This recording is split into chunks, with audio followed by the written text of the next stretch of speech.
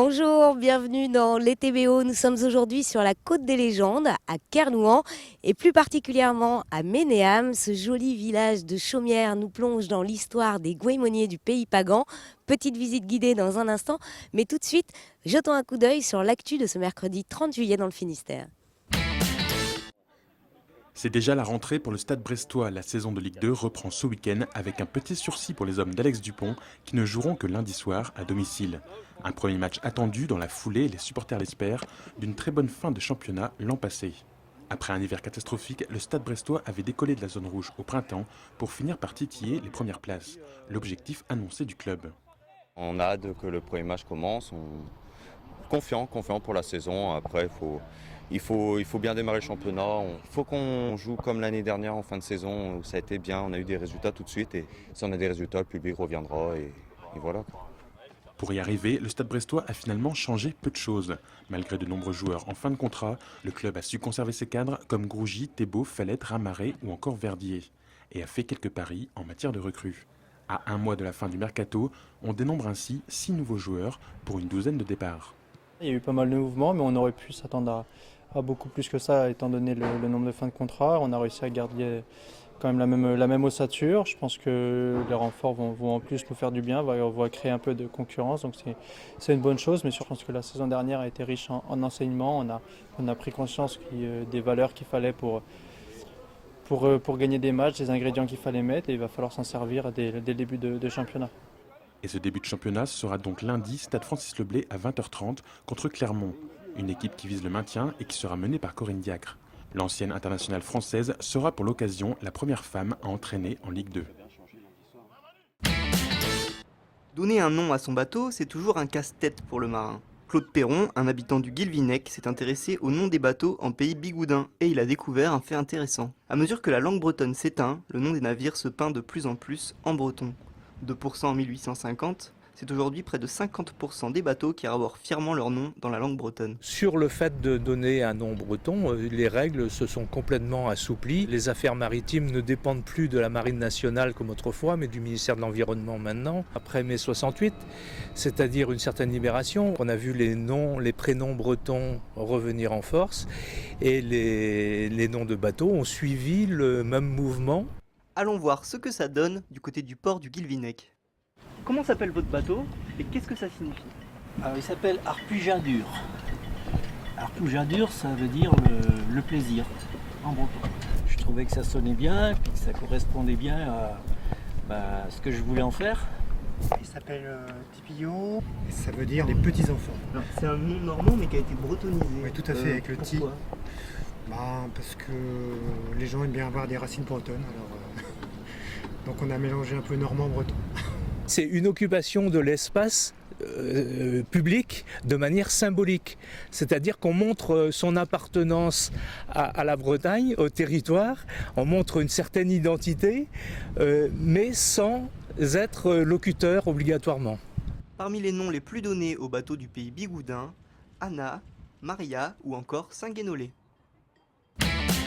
Et nous sommes donc à Kerlouan, au village de Ménéam, aux côtés d'Anthony Isabelle. Bonjour. Bonjour. Vous êtes directeur de l'Office de tourisme de la Côte des Légendes, de cette superbe Côte des Légendes, sous le soleil encore plus merveilleuse.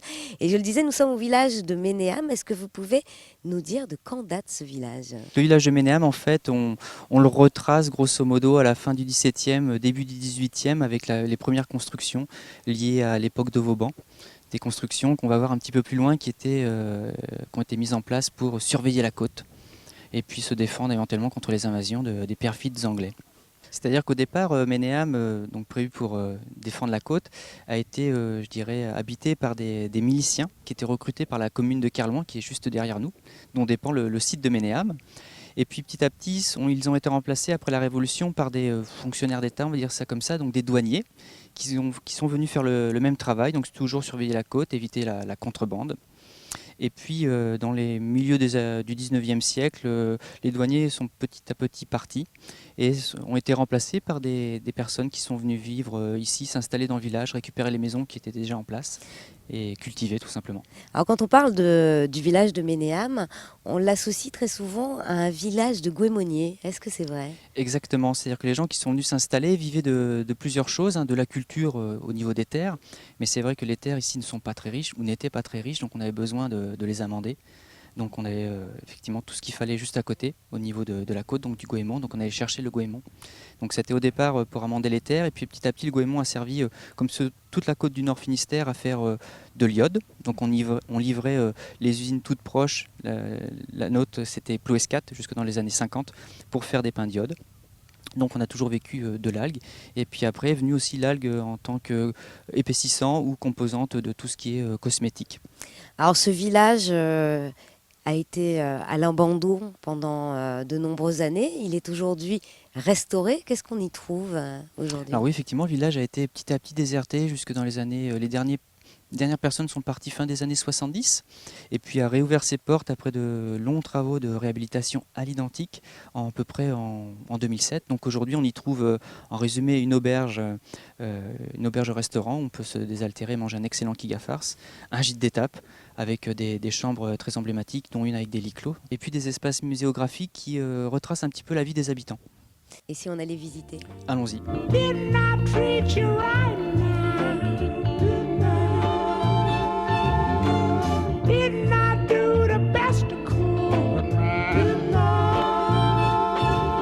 Alors Anthony, le premier bâtiment que l'on trouve enchâssé dans les cailloux, c'est le corps de garde. C'est le corps de garde, c'est le début du village de Ménéam, construit, on n'est pas trop sûr, mais on se dit que c'est d'influence fortement de Monsieur Vauban, donc plutôt fin du XVIIe, sans doute remanié milieu du XVIIIe aussi.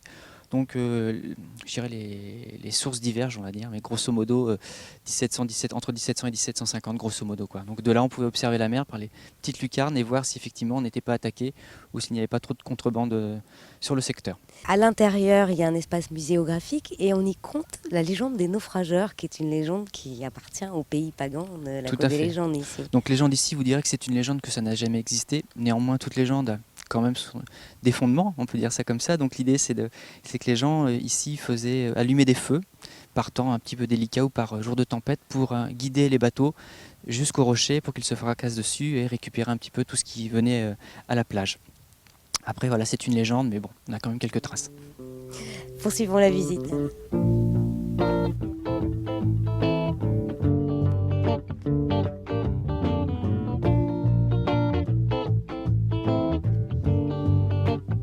Alors Anthony, on a quitté la mer pour descendre un petit peu dans le village. Devant quel bâtiment nous trouvons-nous là? Alors là, on se trouve maintenant dans ce qui sont les ateliers d'artistes. Donc le village de Ménéam propose tout au long de l'année en fait la possibilité de rencontrer des artistes donc, qui exposent et fabriquent sur place. Donc c'est très varié, hein, les artistes changent régulièrement. Donc là, on a par exemple cette année effectivement du bois flotté, là, ce qu'on peut voir par ici.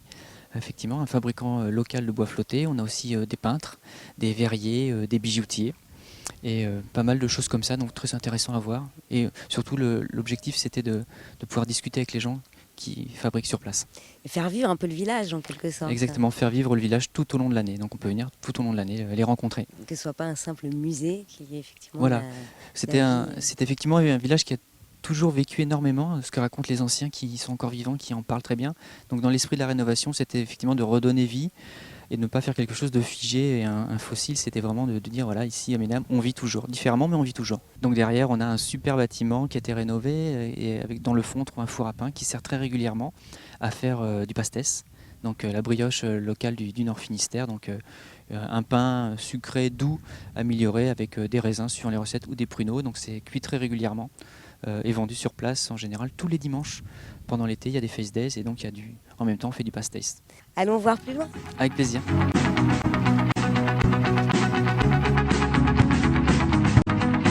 C'est une drôle de hutte, Anthony, Oui. cette petite maison. Donc effectivement on l'appelle le loken, donc maintenant c'est une maison commune ou un endroit pour se reposer, pique-niquer pour les gens qui passent par ici. Donc c'était déjà à l'époque un endroit où on se retrouvait les jours un petit peu d'humidité. Effectivement, donc le loken est tout près de ces maisons en enfilade qu'on a juste derrière nous et qui sont maintenant des espaces muséographiques où on peut voir et entendre surtout la vie des gens à l'époque. Lead us, angels, Jauan, dus pares kerluan, dat leven der bues dimisien den Jauan.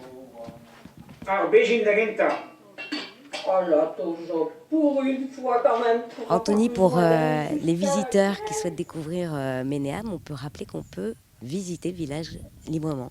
Tout à fait, c'est ouvert tout au long de l'année, accès gratuit pour tous, avec grand plaisir. Il y a pendant l'été, tous les mardis à 17h, une visite guidée organisée par l'Office de tourisme. Donc rendez-vous sur site à 17h pour à peu près 1h, 1h15, 1h30 de visite sur le site.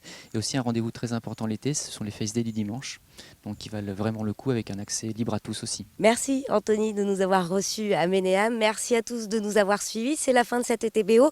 Je vous signale un site internet pour toutes les infos pratiques si vous voulez découvrir Ménéam à Kerlouan. On se retrouve demain. Ciao.